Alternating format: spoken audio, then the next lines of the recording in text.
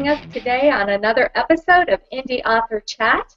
I'm your hostess, Lisa Grace, and with me is Samantha Fury, the author of the Charlie's Angel series, or Street Justice series. And today we're going to be talking about one of our favorite things that we do every year, Nanowrimo. And to get to Nanowrimo, you would go to NANOWRIMO.org. It's an organization, it's a nonprofit, and it stands for National Novel Writing Month. So we're going to get into more about what is NaNoWriMo. Samantha, you want to explain to everybody what NaNoWriMo really is? Okay, I've got a screenshot up there if you can see it. So I'm talking, it should be kind of big. This is my Nano homepage. I have never changed it. I'm still Jack's Girl on there. I was Jack's Girl long before I was Samantha Fury. So I've got my little halo there over top of my head. That means I've donated to the National Novel Writing Month, and this is my profile page. And Nano is just a great contest. We all love it. You try to write 50,000 words in a month. And you go, wow, 50,000 words, I can't do that. But it's really doable. So we'll start out with just sort of the contest rules and the prizes. If you win, there are some prizes. A lot of times you'll get a free copy of the book that you wrote. Usually about like 6 months later. They give you like 6 months to finish it. And then you'll go into, your editing and all that. But your prizes are free copies of your book. Last year they gave us 5 free prizes. And also they'll give you like a percentage off of different kinds of software that writers use. So and you can buy things to help support Nano because it is a .org. You can get it back from your taxes. It's a charitable contribution. So Lisa, I think you've got some. Yeah, Lisa's got some toys she's got. There's my NaNoWrimo author mug. And when I was writing and before I started self-publishing, I ordered myself one of these because when I went to bookstores, when the hardcover did come out through Strategic, I started, I would take this with me to my book signings because it said author. That way I didn't have to worry about anybody picking up my Starbucks when I did the Barnes & Noble book signings.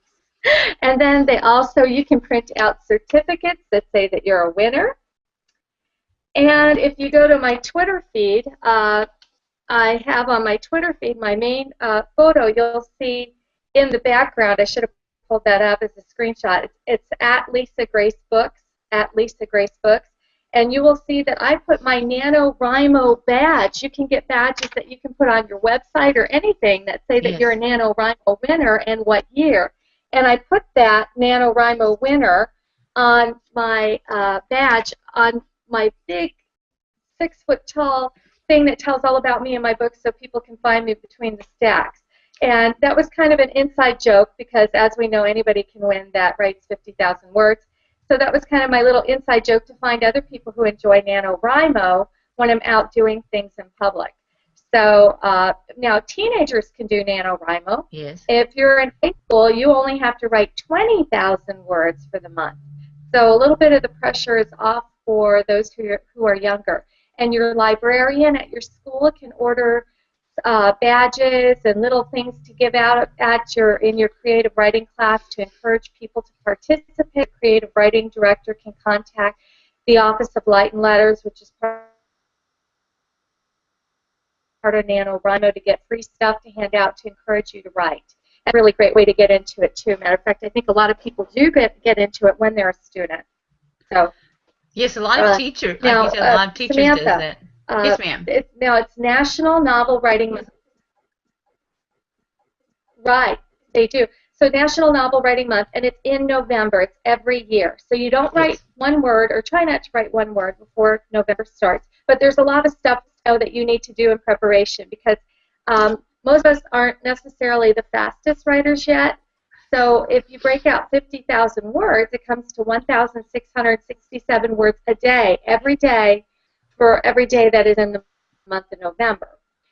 So what do you recommend people do, and what are some of the things that NaNoWrimo recommends people do to get geared up for preparation for doing NaNoWrimo? Well, you can go to their site, and they have all kinds of great tips, and nanowrimo.org. And you can also sign up early. And I suggest that that's one of the things you start. You sign up early, because when November the 1st hits, a lot of times the site will just actually crash because you get so many last minute people coming in to sign up. But you also need to do like some home preparations, because trust me, things are going to go crazy in November, and some of those days you're going to do good to get like 400 words, because the kids are going to be crying, the dogs are barking, the husband wants to eat, you forgot to do shopping. So that's the way you can do it. I always try to get snacks. It's not a good diet month around this place when Nano starts, because we like chips and pop and stuff while we're doing all of our writing. So you want to go to the store and get whatever you need. You also want to get shopping done, so the folks at the house, the kids, they have some TV dinners, some fast food so if you're busy writing, they can go ahead and not starve to death while you're writing. And also, I always try to do a big house sweep cleaning. Catch up all the laundry, all those things like that, maybe line you up some babysitters, because you're going to need a couple of good days. I always have a couple of days where I try to write in one 24-hour period, like 11,000 words to 12,000 words. Now, I know y'all are going to freak out and say, I could never do that. But trust me, if you get your rear in the chair and you get everything around you settled, you can do it. It's not as hard as you think. And like I said, this is my 6th year of doing Nano, so it's this old hat stuff to me, but we just love it. And what's some of the actual personal preparations that you do, Lisa, to get ready? Well, some of the things that you can do is double up on recipes. Like if you're going to be making a big batch of chili, make a double batch of chili. If you're going to be making a crock pot dinner, make a double crock pot dinner. And put those dinners in the freezer and label them for your family. I found that's a really good way to go. I put an extra loaf of bread in the freezer. I make sure I have lots of peanut butter and cheese on hand for sandwiches and, like you said, chips. But if you want to have healthier eating, just double up on these meals now in October and get them in the freezer so that you have them. Maybe put a thing of turkey hot dogs in there. Double up on those kind of things so that you're ready to go with the cooking your family knows.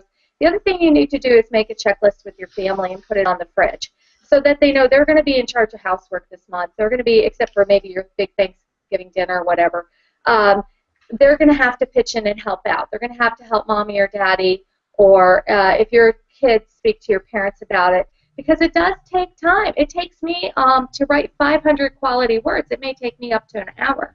Now, there are days where I can bang out 1,000 words in an hour. But there are days when I cannot do that, and it's gonna. Exactly. So I'm looking at a 4-hour commitment to get in my 1,667 words. I'm looking at least for a 4-hour commitment every day. So try and block that time out in advance and let your family know, this is my time. I'm going to need to do this. Don't ask me to wash the dog. Don't ask me to vacuum. Don't ask me to cook. I'm doing this because it's a commitment. It's for many of you, it'll be your first time to see if you really can write, or you really want to write a novel, if you really want to put in that time and that mindset. So that's the preparation things I do. Yeah, and go ahead now with some of your book preparations.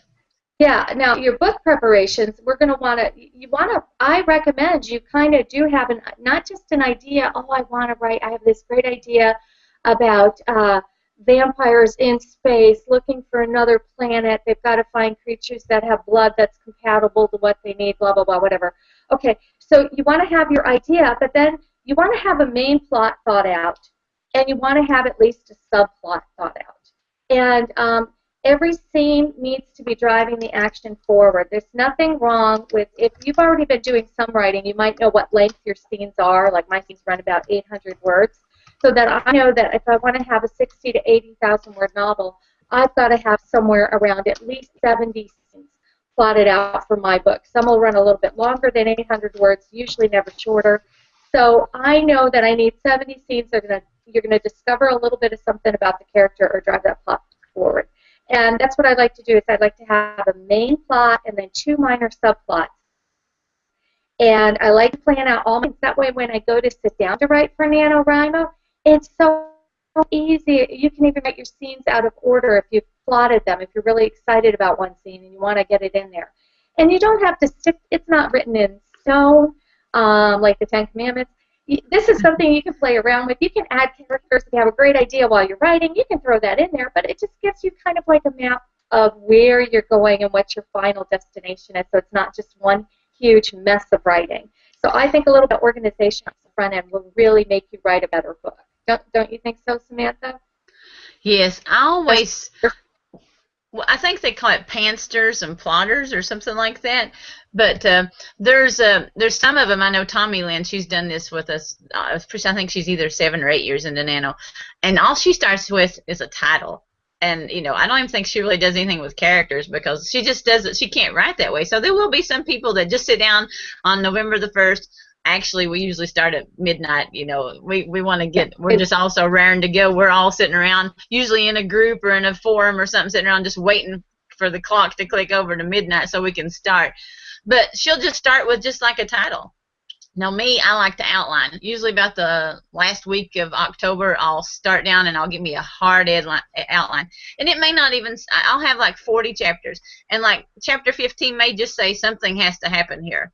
This is where the climax starts. This is where the subplot starts. You may not even know what it's going to be, but you need to pace yourself so you don't get halfway through the book and then decide, wow, I don't have a subplot going on, or I don't even have a plot. I just have a bunch of people running around doing nothing. So it does take some organization.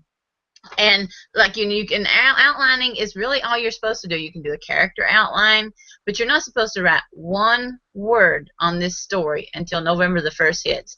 And we do have some NaNoWriMos, rebels, and they kind of they just do whatever they want to, but then they just don't claim the prizes. They just join in on for the fun of it. They don't want to really follow the rules, so they just maybe write on 2 or 3 things at once. So, but to me, Nano, the best experience is to just start out fresh, have your outline done if you like to outline, and just be ready to write. And like Lisa said, pace yourself. I have those days where I know something's going to happen. Go ahead. This year I may end up being a NaNoWrimo rebel. Because I do have words written already for my feudal ancestries. So if a rebel, what I'll do is I'll make sure I write my 50,000 words, and I won't count it until those 50,000 words. I won't count any of my previously written words, and I will not claim the prizes at the end, but I will claim my winner badge if I write my 50,000 words in Nano. That's it. I won't go for the free book or any of that. So, so if you've already started something and it's the thing that you really want to write or you really want to get your 50,000 words in, it's okay to be a rebel in this case because this is all about you learning how to get out 50,000 words in a month so that you can see you can be disciplined enough to be a professional tutor. So, go for it. If you're going to be a rebel, it's okay. I've done it. And we might even want to put a link up on the page on indieauthorchat.com. Indieauthorchat.com. You can find our previous shows there. And we might want to put up a link where we're going to be for this NaNoWrimo if people want to join us and join in the conversation. So, or we'll direct you to some great places to go. So that's one thing to do, like K-Boards, Writers Cafe at K-Boards. There's a bunch of us that do NaNoWrimo, and we usually open up a thread so we can report teach how we're doing. And you'll see on the NaNoWrimo page, on your page, that you can, at the end of every day or as you're writing, you can update how many words you've written. It has a word counter to keep track to see whether you're on track or not, or falling behind or not. So I recommend staying slightly ahead if you can, because you never know what's going to happen. All right, we're almost out of our 15 minutes. Sam, do we want to keep going, or do we want to break this into a second show? We'll try to do a second show. That way people can stop and take a break and kind of maybe go to the Nano page before they see the second, the next one will be Advanced Nano. But, yeah, I think that's good for now, and go ahead and wrap up if you want to. Okay, sure. So we hope you enjoyed joining us today for Indie Author Chat. You can go to our website for all our past shows, indieauthorchat.com, or to YouTube. Just type in Indie Author Chat. We have shows on formatting. We have shows on writing. We have all different kinds of topics that we cover. How to market yourself as an author even. So these are things that Samantha and I have learned as we've written our books. We each have 5 or 6 books out there right now and more on the way. So thanks again for joining us on Samantha Fury and Lisa Grace on Indie Author Chat. Have a great day.